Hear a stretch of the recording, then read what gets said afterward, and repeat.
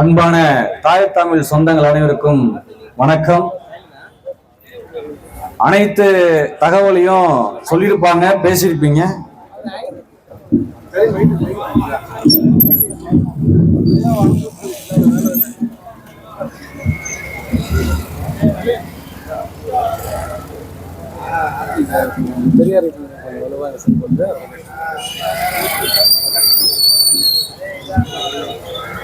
நாம் தமிழர் கட்சி, திமுக, அண்ணா திமுக போன்ற கட்சிகள் இருக்க நாம் தமிழ் கட்சிக்கு எதற்காக வாக்களிக்க வேண்டும்? எனது அன்பு தாய் தமிழர் சொந்தங்களே, இதுவரை ஆண்ட கட்சியாக இருக்கட்டும், நாங்கள் ஆளப் போகிறோம் என்று துடிக்கும் புதிய நடிகராக இருக்கின்ற சகோதரர் விஜய் கட்சியாக இருக்கட்டும், அனைவரும் முன்வைக்கின்ற ஒரே கோட்பாடு, நாங்கள் ஆட்சிக்கு வந்தால் இலவசம் போனஸ், மானியம், தள்ளுபடி. இந்த நாலு தான் அரசியலா நினைச்சிட்டு இருக்காங்க. நாங்க என்ன சொல்றோம், பொதுமக்களா இருக்கிற நீங்கள் சற்று சிந்திச்சு பாருங்க. இலவசமா கொடுக்கிற தொகை என்பது தனிப்பட்ட கட்சியா இல்லை உங்களின் நமது வரிப்பணமா? நீங்கள் செலுத்தும் ஒவ்வொரு வரிப்பணம் தான் இலவசமாக உங்களிடத்தில் வழங்கப்படுது என்று சிந்திச்சு பாருங்க. இந்த நிலைமைக்கு கட்சி பணத்தை கொடுத்து யாரும் ஓட்டு வாங்குறது இல்ல, ஓ பணத்தையும் ஏன் பணத்தையும் திருப்பி நம்ம கிட்டே கொடுத்து நம்ம கிட்டே ஓட்டு வாங்குறாங்க. வரிப்பணங்கிறீங்களே, இந்த வரிப்பணம் நாங்க கட்டதே இல்லையாப்பா, நீங்கதான் வரிப்பணத்தை பத்தி பேசிட்டு இருக்கீங்கன்னு நினைக்காதீங்க.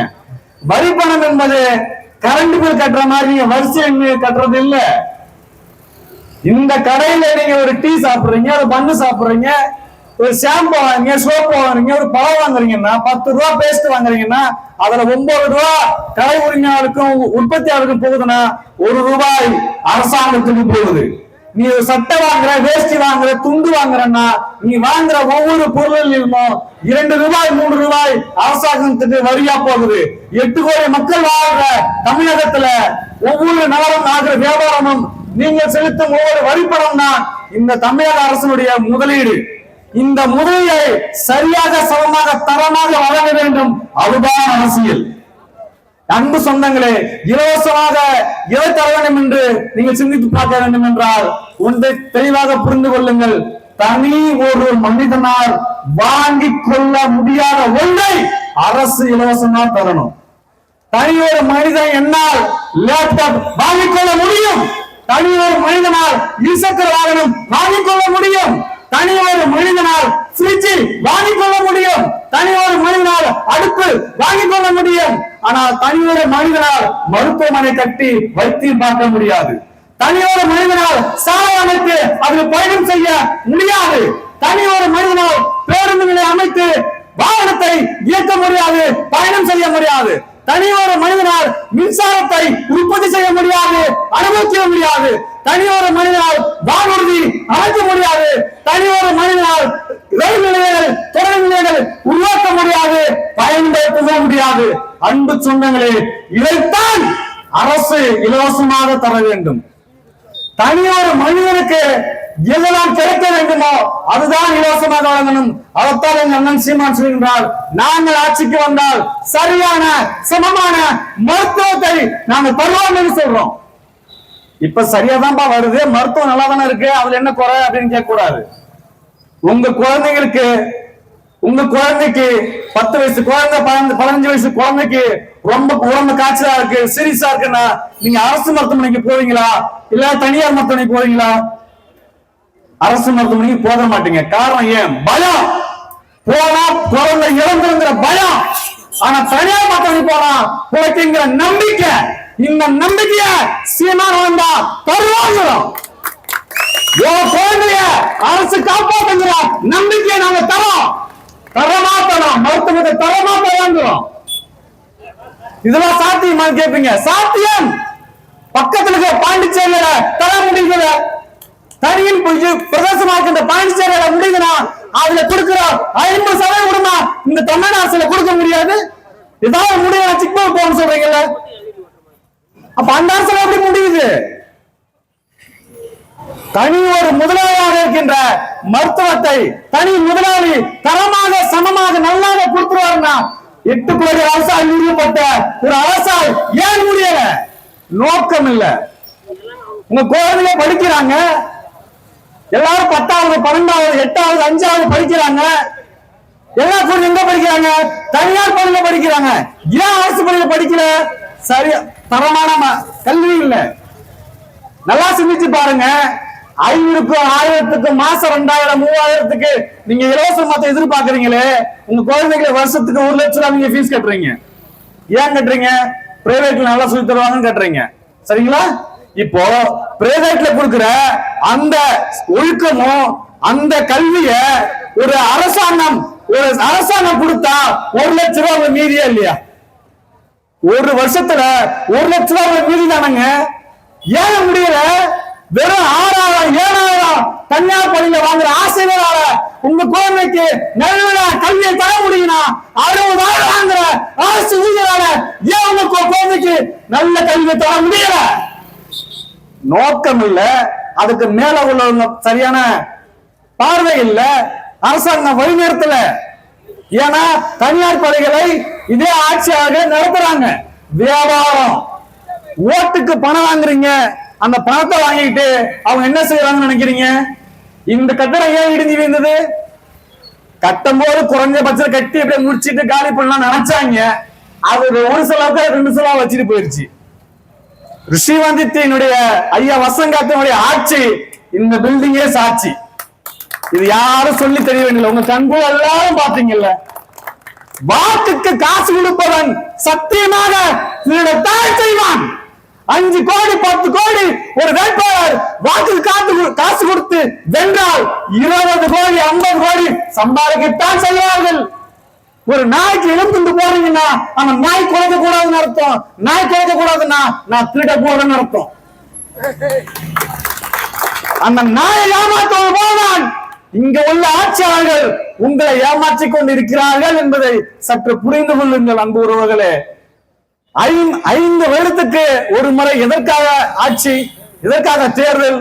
ஒரு முறை வாய்ப்பு கொடுக்குறீங்க, சரியா செய்வார பாருங்க, சரியில்லையா மாத்தி போடுங்க. உங்க வீட்டுல ஒருத்தர் வேலைக்கு வைக்கிறீங்க, கொத்தனார வைக்கிறீங்க, பிளம்பரை வைக்கிறீங்க, எலக்ட்ரிஷியனை பாக்குறீங்க, விவசாயத்தை தோட்டத்துல கரும்பு அணைக்க வாழை அணைக்க வேலை வைக்கிறீங்க. 2 நாள் பாக்குறீங்க, 3 நாள் பாக்குறீங்க, அவர் சரியா வேலை செய்யணும். எப்ப இந்த நாள் வேலைக்கு வேண்டாப்பா, இவரு வேலை ஏமாத்துறாரு, இவரு கொடுக்குற கூலி வேஸ்ட்ங்கிறீங்கல்ல. 200 ரூபாய் 300 ரூபாய் 500 ரூபாய் கொடுக்குற கூலிக்கு பாக்குற ஒரு நன்மை கூட உங்களை அதிகாரம் செலுத்துற ஆட்சியாளர் மேல ஏன் பாஸ் பார்க்க மாட்டீங்க? படிச்சிருக்கீங்கல்ல, அறிவு இருக்குல்ல. இன்னைக்கு அரசியலுங்கிறது எப்படி ஆயிடுச்சுன்னா சாதி மதம். ஐயா சொந்தங்களை நாங்க சொல்றோம், எங்களுக்கு சாதி மதம் அப்பாற்பட்டது, நாங்கள் தமிழர்கள் என்று உங்களை உரிமையோட சொல்றோம். இந்து அடிச்சா இஸ்லாமியனுக்கு வலிக்கல, இஸ்லாமிய அடிச்சா கிறிஸ்தவனுக்கு வலிக்கல, நாடார் அடிச்சா கோனாருக்கு வலிக்கல, கோனார் அடிச்சா செட்டியாருக்கு வலிக்கல, முதலாளருக்கு அடிச்சா மூப்பராருக்கு வலிக்கல, பறவை அடிச்சா வன்னிற்கு வலிக்கல, வன்னியர் அடிச்சா பறவை வலிக்கல. ஆனால் இதில் எவன் மீது அடி வீழ்ந்தாலும் நாம் தொழிற்கட்சியானுக்கு வலிக்கும். அவர் சொல்றோம், நாங்கள் தமிழர்கள், தமிழர் நிறுத்த தமிழ் ஆகணும். ஆமா, ஏன் ஆகணும்? இந்தியா விளையாடுது, அந்தாண்ட ஆஸ்திரேலியா விளையாடுது. 3 மணி நேரம் கிரிக்கெட்டுங்க, 3 மணி நேரம் கிரிக்கெட்டு. 3 மணி நேரம் கிரிக்கெட்ல கூட தன் நாடு சார்ந்தவங்க வெற்றி பெற நினைக்கிறீங்க. யாராவது சொல்றீங்களா? எப்பா யாரா மாதிரி இருக்கட்டும்பா, நல்லா எவன் 6 அடிக்கிறானோ, நல்லா யார 4 அடிக்கிறானோ அவன் ஜெயிச்சா போதும்னு சொல்லுவீங்களா? 3 மணி நேரம் விளையாட்டுல கூட சென்னை ஜெயிக்க நினைக்கிறீங்க, ஆர்சிபி நினைக்கிறீங்க. ஏன் நினைக்கிறீங்க? உங்களுக்கு பிடித்தமானவன், உன்னை சார்ந்தவன், உன் உணர்வுக்கு உணர்வானவன் வேணும்னு நினைக்கிறீங்க. அதான் நாங்க சொல்றோம். இது என்ன பாசிசம் வந்துருச்சு? உங்களுக்கு என்ன பாசிசம் வந்து போக நினைக்கிறீங்க? ஒண்ணுமே இல்ல. உங்க குழந்தை படிக்கிற பள்ளிக்கூடங்களை படிக்கிறாங்கல்ல உங்க குழந்தைகள், உங்க குழந்தைங்க தினமும் நீங்க பள்ளிக்கூடத்துக்கு அனுப்புறீங்கல்ல, என்னைக்கா சொல்லி அனுப்புறீங்களா? எப்ப தமிழா நிறுத்த தமிழ்னா ஆகணும். ஆமா, ஏன் ஆகணும்? இந்தியா விளையாடுது, அந்தாண்ட ஆஸ்திரேலியா விளையாடுது. 3 மணி நேரம் கிரிக்கெட்டுங்க, 3 மணி நேரம் கிரிக்கெட்டு. 3 மணி நேரம் கிரிக்கெட்ல கூட தன் நாடு சார்ந்தவங்க வெற்றி பெற நினைக்கிறீங்க. யாராவது சொல்றீங்களா? எப்பா யாரா மாதிரி இருக்கட்டும்பா, நல்லா எவன் 6 அடிக்கிறானோ, நல்லா யார 4 அடிக்கிறானோ அவன் ஜெயிச்சா போதும்னு சொல்லுவீங்களா? சொல்லுவீங்களா? 3 மணி நேரம் விளையாட்டுல கூட சென்னை ஜெயிக்க நினைக்கிறீங்க, ஆர்சிபி நினைக்கிறீங்க. ஏன் நினைக்கிறீங்க? உங்களுக்கு பிடித்தமானவன், உன்னை சார்ந்தவன், உன் உணர்வுக்கு உணர்வானவன் வெளியில நினைக்கிறீங்க. அதான் நாங்க சொல்றோம். இது என்ன பாசிசம் வந்துருச்சு? உங்களுக்கு என்ன பாசிசம் வந்துட போது நினைக்கிறீங்க? ஒண்ணுமே இல்ல. உங்க குழந்தை படிக்குது, பள்ளிக்கூடங்கள படிக்கிறாங்கல்ல உங்க குழந்தைகள். உங்க குழந்தைங்க தினமும் நீங்க பள்ளிக்கூடத்துக்கு அனுப்புறீங்கல்ல, என்னைக்கா சொல்லி அனுப்புறீங்களா? எப்பா யாரு வேணா முதல்ல கத்துட்டு போறாங்கப்பா, நீ மட்டும் கடைசி ரங்க எடுத்துக்க சொல்றீங்களா? கண்ணா நல்லா படிக்கணும், நீ தான் முதல் மதிப்பெண் வாங்கணும். ஏன் சொல்றீங்க?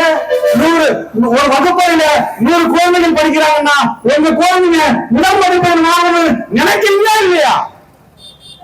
விளையாட்டு போட்டி நடக்குது, அதுல என் குழந்தை வெற்றி பெறணும்னு நினைக்கிறீங்களா இல்லையா?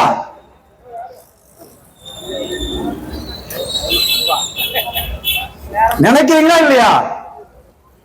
அதுமே தான் தன் இனம் சார்ந்தவன் தன் பிள்ளை போல நாங்களும் நினைக்கிறோம் தமிழர்கள் வெற்றி பெறணும் அப்படின்னு. கொஞ்சம் ஜஸ்ட் மிஸ்.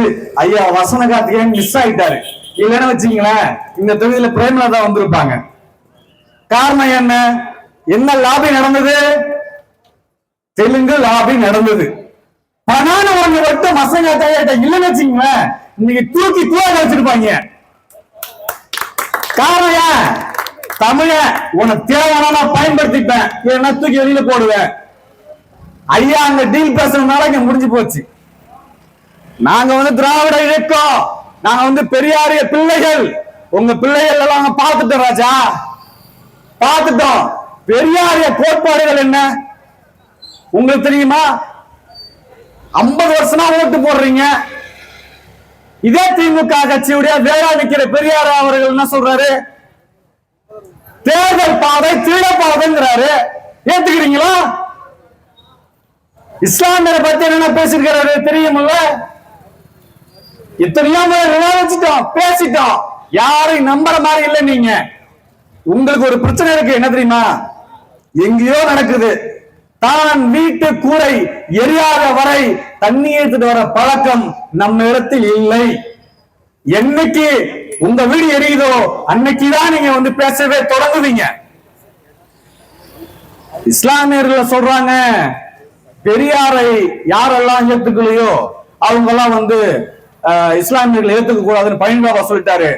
ராஜா அதுக்கு அடுத்த வரி நீங்க யாரும் பார்க்கறதே இல்லைன்னு நினைக்கிறேன். யாரெல்லாம் ஜிகாத் கமிட்டி ஏத்துக்கலையோ அவர் பின்னாடி போராடணும்னு பயன்பாபா சொன்னார். அந்த காணொலிய அதே காணொலிய நீ முழுமையா பாருங்க. யாரெல்லாம் ஜிகாத் கமிட்டி ஏத்துக்கலையோ அவங்க பின்னாடி இஸ்லாமியர்கள் போராட அதே காரணம் சொல்லியிருக்கிறாரு. ஆனா இவங்க அதை கடத்துறதே இல்லை, கட் பண்ணி கடத்துவாங்க. பெரியார் சொல்றாரு, கடவுள் இல்லை, கடவுள் இல்லை, கடவுள் இல்லை, கடவுளை கற்பித்தவன் காட்டு மிராண்டி, அதை பரப்பியவன் அயோக்கியன். இதை யாரா ஏத்துக்கிறீங்களா? கோட்பாடின் அடிப்படையில பெரியாரும் சரி, அதை ஏற்றுக்கொண்ட திமுகவும் சரி, நாசம். கொள்கை அடிப்படை ஒண்ணுமே கிடையாது, வெறும் சாராயம் பணம், எவ்வளவுதான். இதுதான் அரசியல். இந்த அரசியலை செய்ய நாங்க வரலங்க ஐயா. வாய்ப்பு கொடுங்க, ஒவ்வொருவருக்கும் நீங்க வாய்ப்பு கொடுக்கணும். அன்னைக்கு சொன்னீங்க சீமான்லாம் ஒரு ஆளா, இவரெல்லாம் வென்ற முடியுமான்னு. முதல் தேர்தலில் 1.1 வாங்கணும், 4 லட்சம் ஓட்டு. இன்னைக்கு தமிழகத்தின் 3வது பெரிய அரசியல் கட்சி 8% வாக்கு வச்சுக்கிற நாங்க தான் பெரிய கட்சி. 200 கட்சியில கூட்டணி எதுக்கு? தோத்துறோங்கிற பயம். இந்த காங்கிரஸ் கட்சி கொடிய இதுக்கு முன்னாடி பாத்துருக்கீங்களா? பாத்திருக்கியா? இதை வைக்கக்கூடிய எந்த பிரச்சனைக்காவது நீங்க வெற்றிருக்காங்களா? பாத்திருக்கியா? இல்ல. தேர்தல் வியாபாரம். காங்கிரஸ் கட்சியாங்க 25 சீட்டு கொடுக்குற, ஆனா திரும்ப அவனுக்கு 8 கொடுக்கறதுக்கு முத்து கொடுக்குற. எது கொடுக்குற? வா வேலுங்கிற மாதிரி மானத்தன்மை வெளியே வாங்கி வெளியில வரணும். என்னங்க நாங்கெல்லாம் மீச முறுக்கிட்டு நாங்கெல்லாம் யாரும் அடங்க மாட்டோம் பேசுறீங்கல்ல, அடங்காவையா வெளியாயா? எத்தனை பேருங்க? எதுக்கு ஒண்ணுக்கு காங்கிரஸ்ல கட்சி கிடையாது, அவருக்கு கொள்கையும் இல்ல, கோட்பாடும் இல்ல, ஆளே கிடையாத கட்சிக்கு எதுக்கு 20 சீட்டு கொடுக்குறாங்க? எது கொடுக்குறாங்க? இந்த ரெட்டரெல்லாம் இருக்கீங்களே, மனசாட்சி சொல்லுங்க. அன்பு உறவுகளே, ஸ்டெர்லைட்ல 11 பேர்கள் வாயிலையும் வயிற்றுலையும் தொண்டையிலையும் சுடுபட்டு செத்தாங்களே. அன்பு சொந்தங்களே, நீங்க சிந்திச்சு பாருங்க. 11 பேர்ல உங்க அக்காவா இருந்தா, உங்க அண்ணனா இருந்தா, உங்க தம்பியா இருந்தா ரெட்டலைக்கு ஓட்டு கேட்க மாசு வருவாங்க. 11 பேர் சுட்டு வீழ்த்தப்பட்ட அந்த ரெட்டலைக்கும் அந்த மாம்பழத்துக்கும் வாக்கு எப்படி கேட்க முடியுது? எப்படி முடியுது? யாருக்கும் நடக்குது. இன்றைய தேவைக்கு பணம் கொடுத்தா போகும்னு நினைக்கிறீங்க. இல்லைங்க ஐயா, அரசியல்ங்கிறது நிகழ்காலத்துக்கானது அல்ல. அரசியல் என்பது எதிர்காலத்துக்கானது. அதை உள்வாங்கி சென்று நீங்கள் வாக்களியுங்கள்.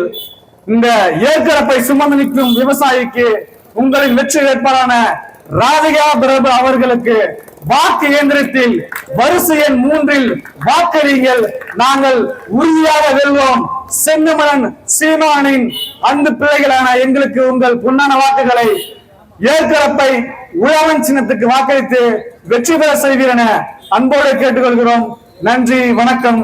புரட்சி எப்போது வெல்லும். நாம் தமிழர் சொல்லும், நாம் தமிழர்.